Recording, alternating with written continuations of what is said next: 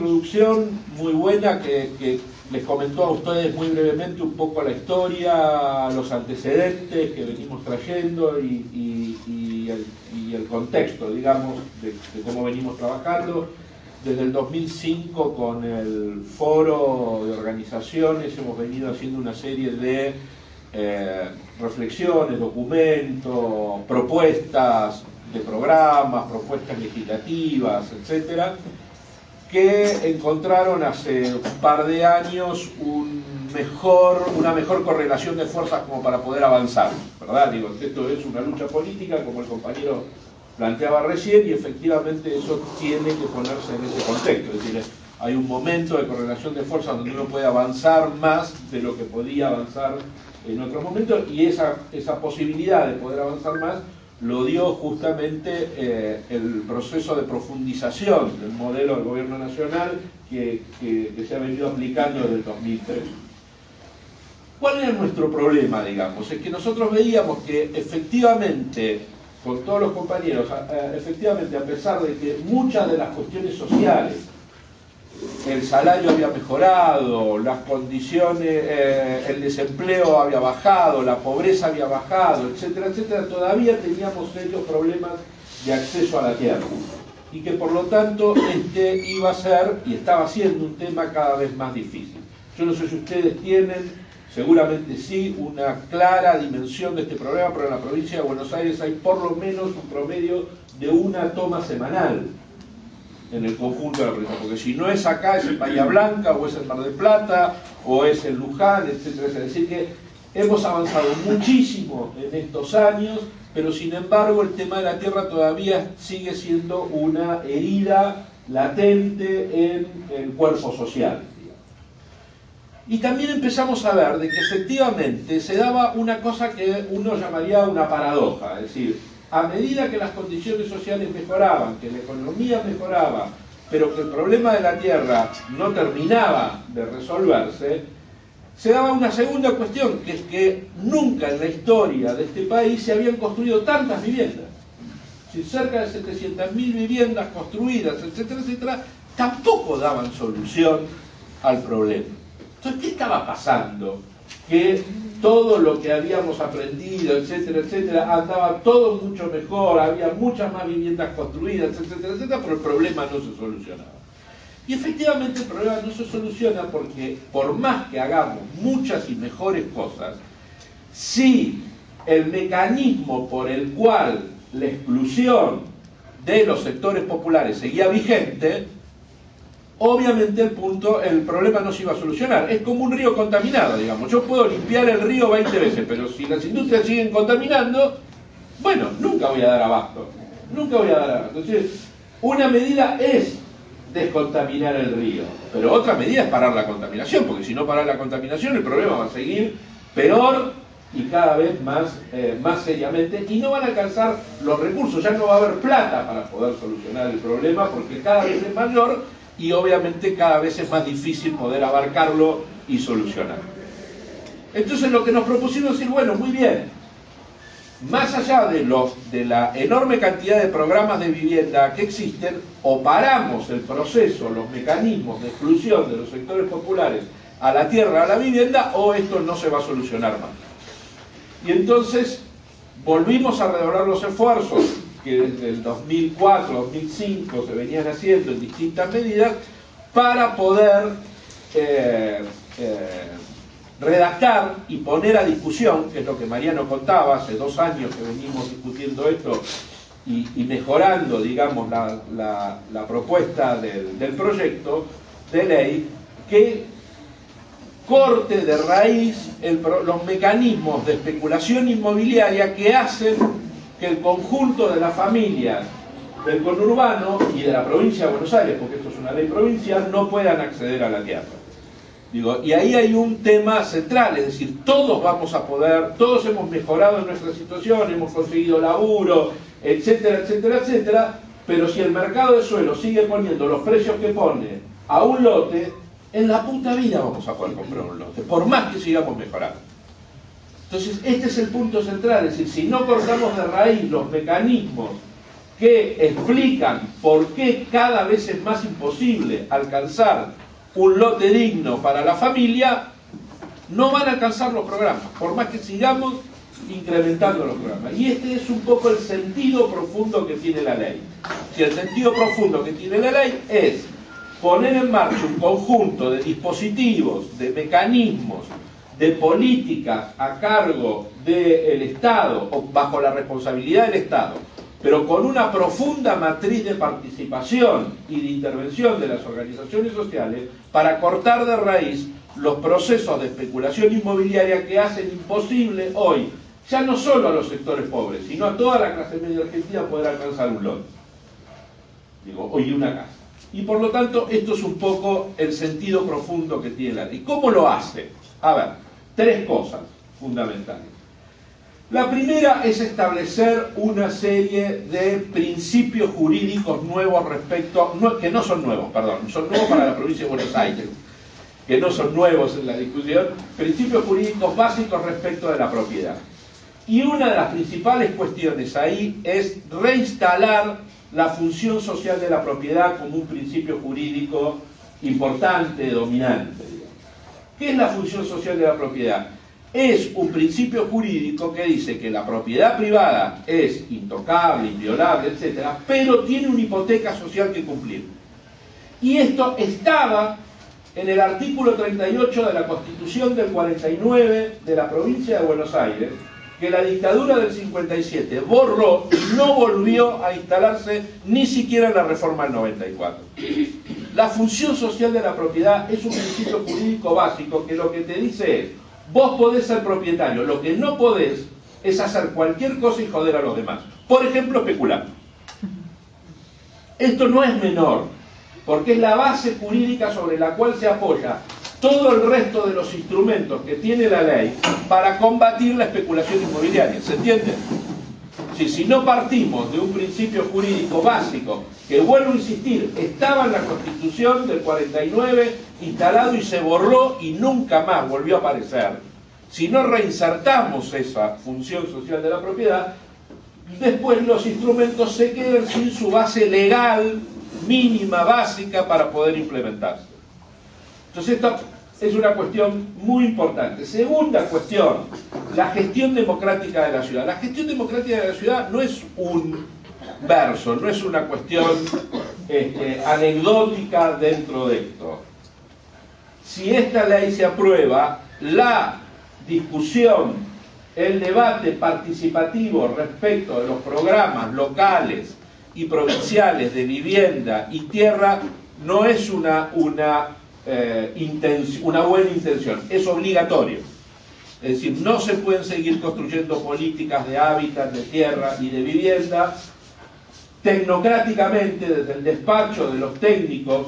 Yo soy un técnico y por eso lo sé, digamos, no se puede seguir construyendo políticas de vivienda desde el despacho de los técnicos y los funcionarios sin una profunda implicancia, sin una profunda relación con las prácticas populares, porque todo el Gran Buenos Aires es eso, es un enorme corralón de materiales y de construcción hecho con prácticas populares, porque así se hicieron todos los barrios. Desconocer eso es desconocer la esencia misma de cuál fue el proceso social que construyó el Gran Buenos Aires. Perdón, el Gran Buenos Aires, Mar del Plata, Bahía Blanca, etcétera, digo, ¿no? Digo Gran Buenos Aires porque estamos acá y porque después la discusión se va a centrar en la problemática de acá de la zona. Y tercera cuestión, muy importante, que pone la ley, es que da un paso más a la constitución de un derecho básico de las organizaciones sociales, que es pasar del viejo derecho individual, hasta diría individualista, del derecho a la vivienda, a un derecho más amplio que es el derecho a la ciudad. Es decir, ¿qué quiere decir esto? Quiere decir, ya no nos alcanza con tener un techo y 4 paredes. Necesitamos tener una calle medianamente arreglada para poder ir a la escuela. Necesitamos tener una escuela más o menos cerca. Necesitamos tener caño de agua, de luz, de cloaca. Necesitamos tener un colectivo que pase más o menos cerca para poder ir a laburar. No nos alcanza con que nos den una casa en el culo del mundo sin poder acceder a ningún lado. Y por lo tanto entonces estamos dando vuelta a esto y diciendo, bueno, el derecho a la vivienda está muy bien, pero ahora queremos ir por el derecho a la ciudad, que es mucho más que el derecho a la vivienda.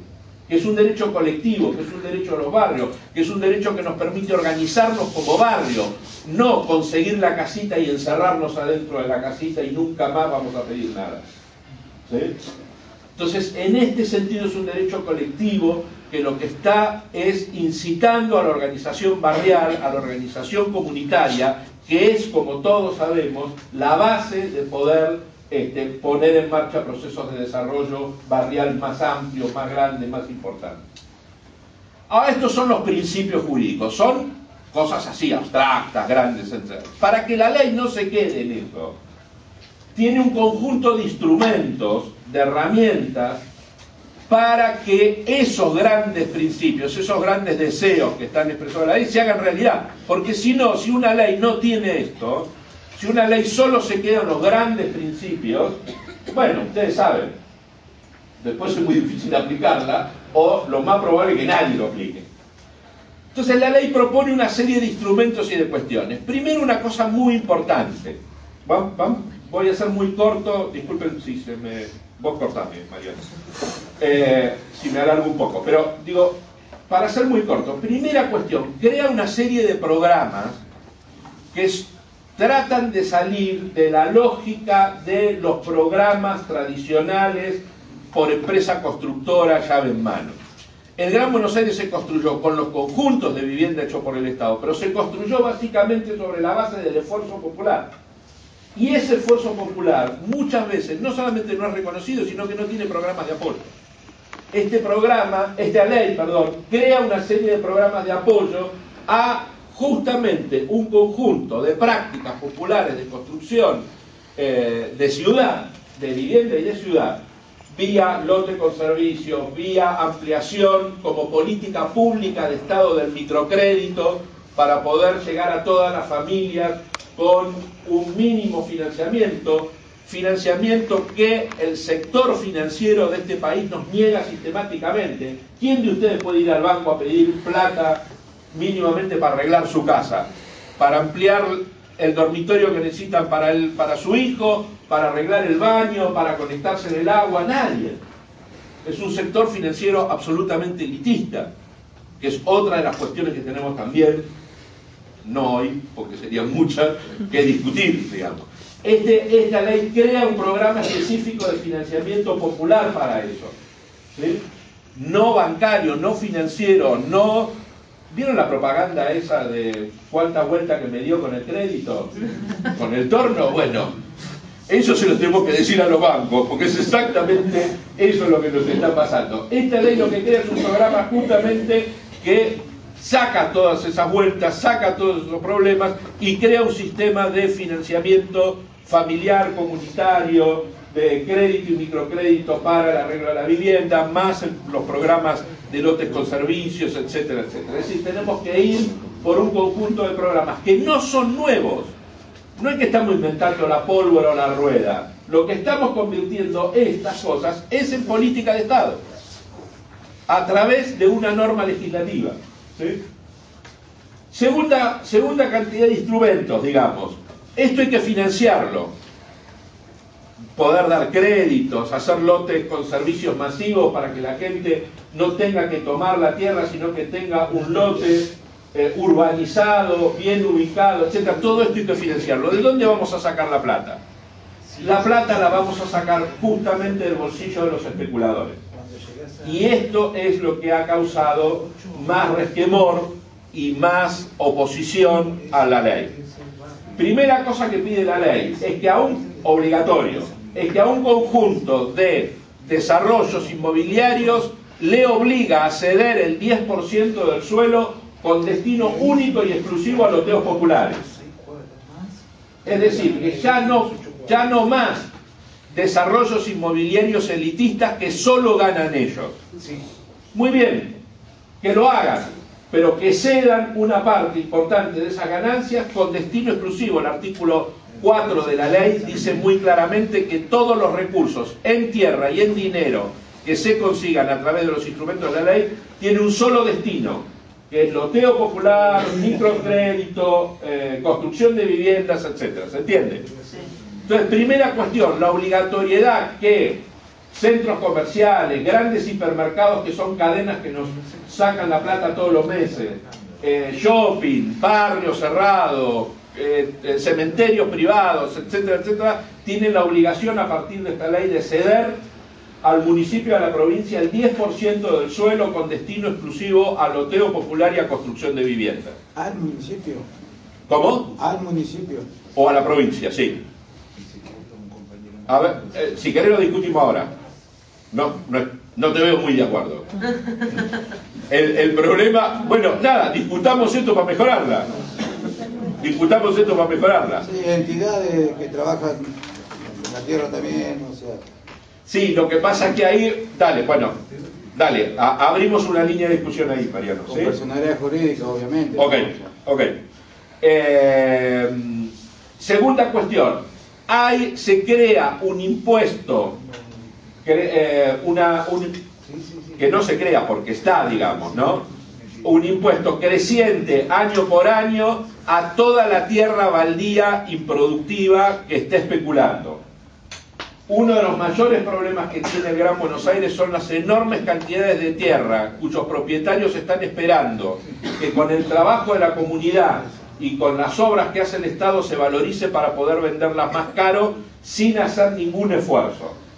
Y mientras nosotros no tenemos un lote donde ir, hay grandes extensiones de tierra vacante, vacía, baldía y muchas veces abandonada. Sobre toda esa tierra, no sobre el lotecito de la familia de 200 metros que compró y todavía no pudo construir, que está baldío porque no pudo construir. Estoy hablando de las grandes extensiones de tierra, se crea un sobreimpuesto progresivo, es decir, todos los años aumenta, va a ir aumentando para castigar al especulador.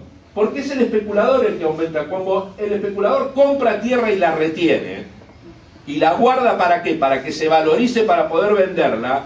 Ustedes saben muy bien qué pasa con un producto que se saca del mercado y que escasea. ¿Qué pasa? Sube de precio.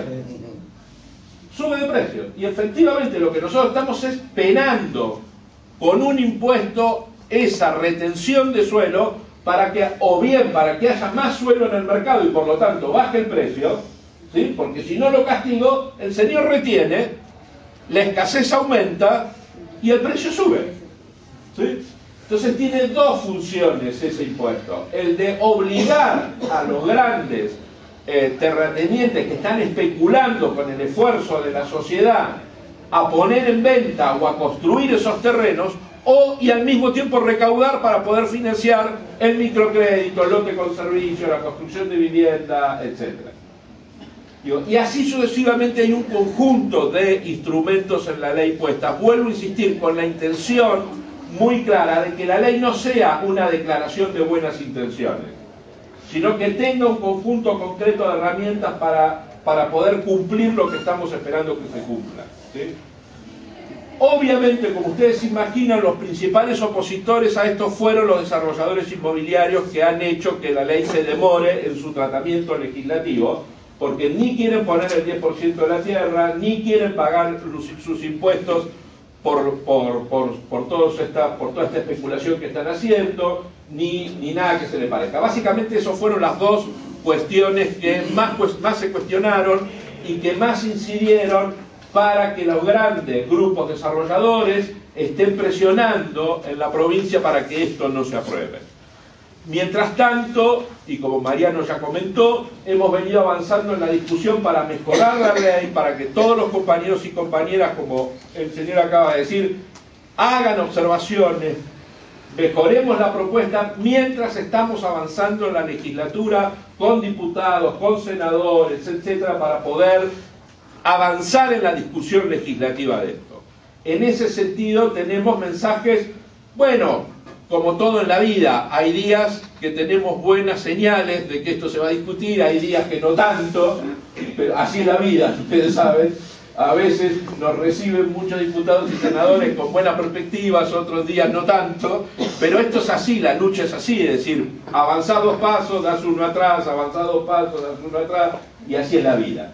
Pero en este sentido nosotros estamos muy optimistas, si ustedes quieren, y no tontamente optimistas, en el sentido de que efectivamente muchos diputados y muchos senadores han empezado a mostrar mucho interés por este tema, muchos por vocación política real de cambiar las cosas, alguno por oportunismo, alguno por miedo a que esto se desboque, bueno, por lo que sea, muchos diputados y senadores han empezado a mostrar interés en esto, y obviamente cuanto más podamos profundizar en encuentros como este, la ley, la mejora de la redacción de la ley, etcétera, más firmes vamos a estar cuando muy pronto, si Dios quiere, podamos empezar la discusión en la legislatura.